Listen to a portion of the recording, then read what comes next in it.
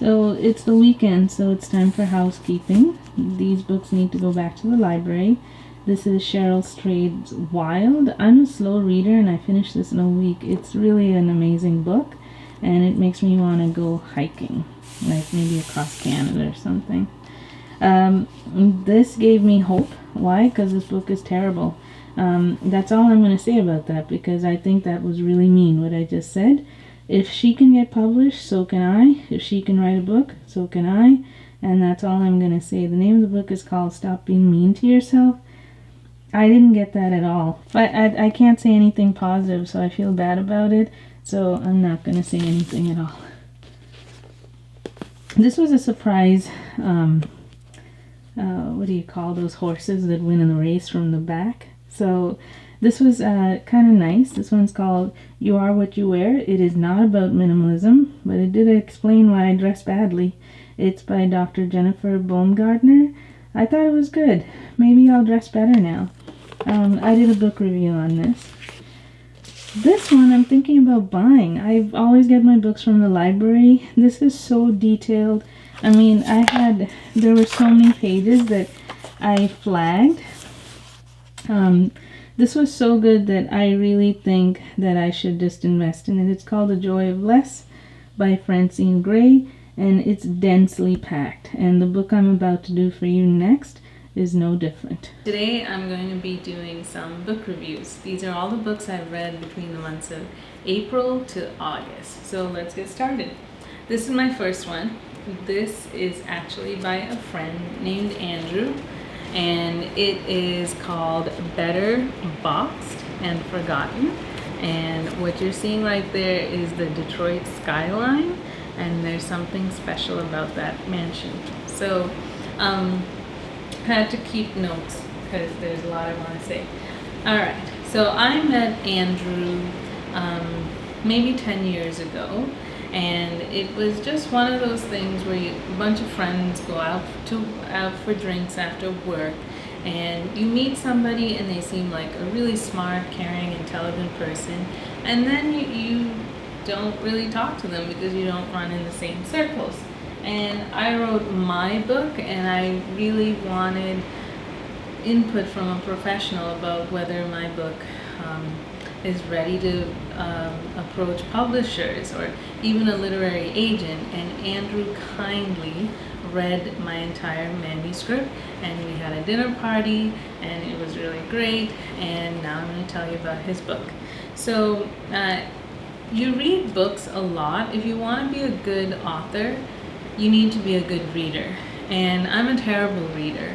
I actually read like a 6-year-old, and all of that has changed recently because now, if you look at my list, there's my list of books.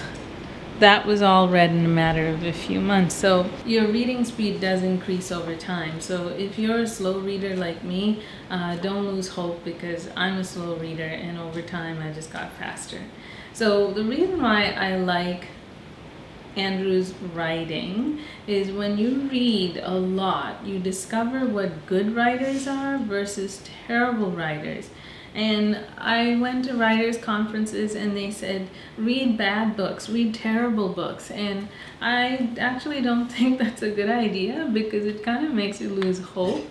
You wonder, how did that terrible writer get published? And I'm struggling to find a literary agent, and I'm doing all these hoop jumping, like start a YouTube channel, have an Instagram account just to promote the book. And then someone who's a terrible writer gets a book deal with Random House. So that's upsetting. What is nice, though, is to read work by good writers, and Andrew Lark is one of them.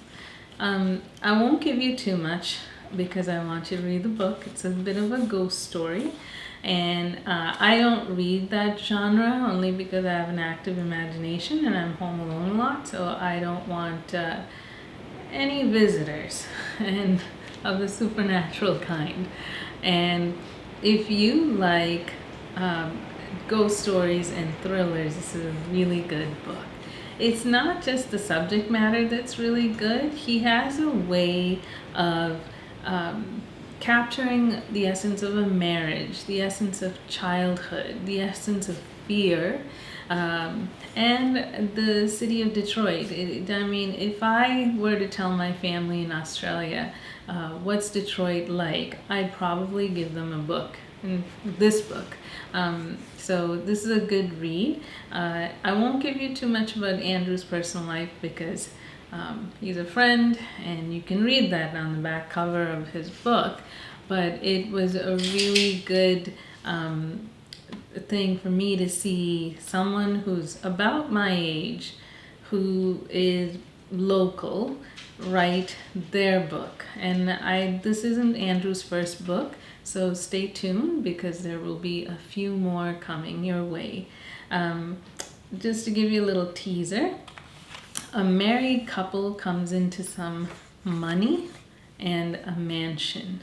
And there's something very odd about this mansion, and it's in a special neighborhood in Detroit that has a lot of wealthy, beautiful mansions, but there's something odd about this particular mansion, and there's something magical that happens in the ballroom, and you will find out how this couple's family grows and the horrifying things that happen both before this couple starts their own family and after. So you should read this book. Good book. It's written by Andrew Charles Lark, and the name of the book is called Better Boxed and Forgotten. Enjoy.